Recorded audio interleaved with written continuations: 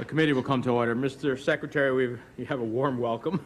Having just returned from a coalition-building mission that will determine the breadth of support and course of the anti-ISIL strategy in the near and long term, you're here at a critical moment for the Iraqi and Syrian people, for the region, and for the United States and the world.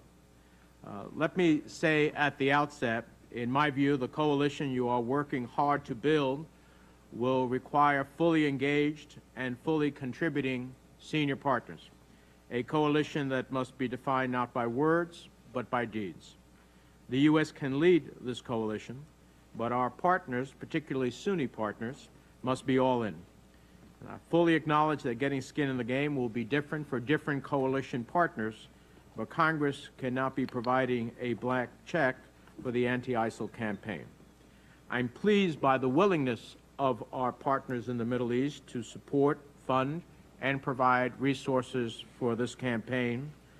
From Riyadh to Abu Dhabi, from Cairo to Amman to Beirut, our partners are sending the signal to ISIL that they are not welcome, that they have a bankrupt religious ideology, and that they will be aggressively confronted.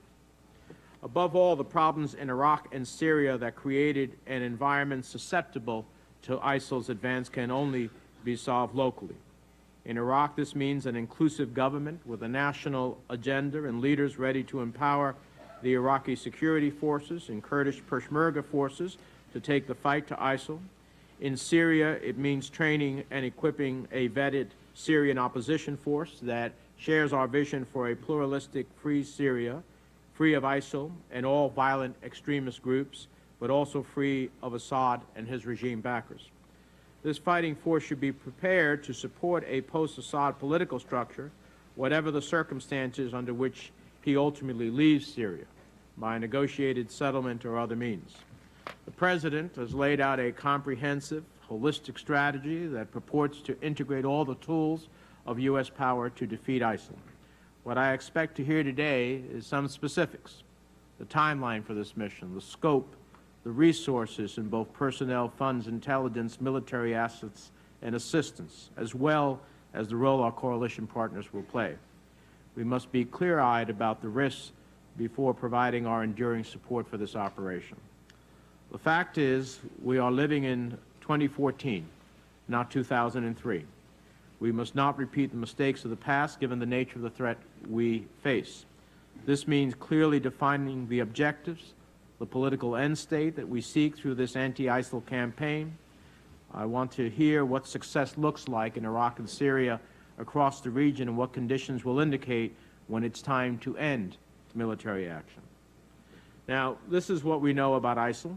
It has brutally, mercilessly, barbarically followed through on its threats to kill American hostages James Foley and Stephen Sotloff.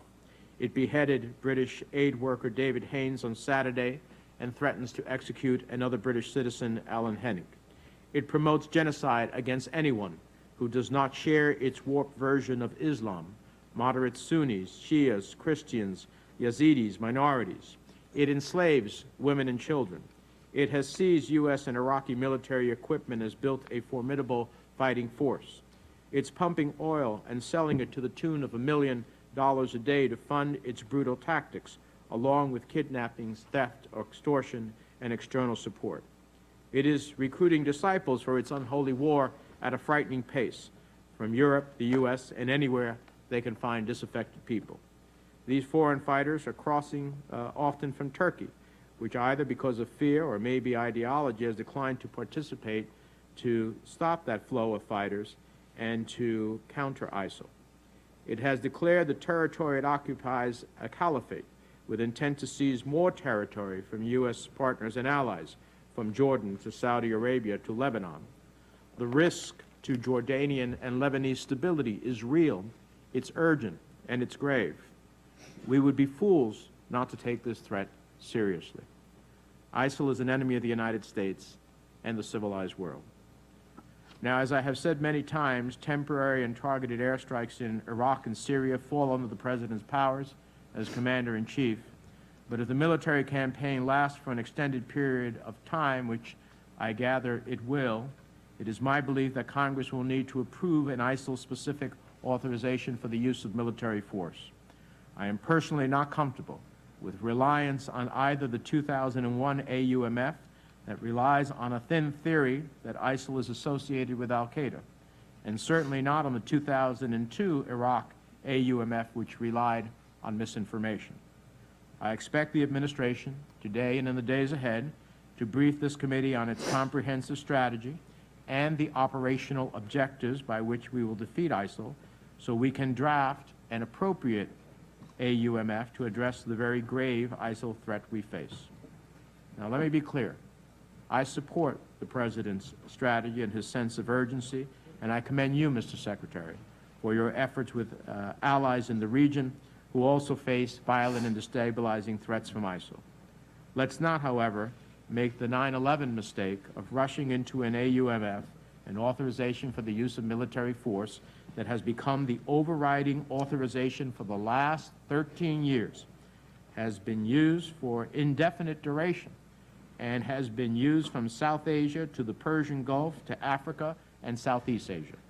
The fact is, we need to ensure that whatever authorization for the use of military force we consider is comprehensive and appropriate in scope and duration to meet the threat and sustain the fight. It is our responsibility to answer three fundamental questions. What will it ultimately take to degrade and destroy ISIL? How does this fight end? And what end state do we seek in the region? We need to get it right, in my view, not just get it fast. And in doing so, we need a bipartisan approach that puts politics aside and the nation first. This is a long-term effort, and we in Congress must be very deliberate in our consideration of any new strategy, new authorities, and new funding that it will take to meet the new threat we face. I believe we need to defeat ISIL before they develop the operational capacity to perform a September 11th-like attack. I never want to lose as many citizens from my home state of New Jersey or from the United States as we did on that day. That is our responsibility, and it is our solemn obligation.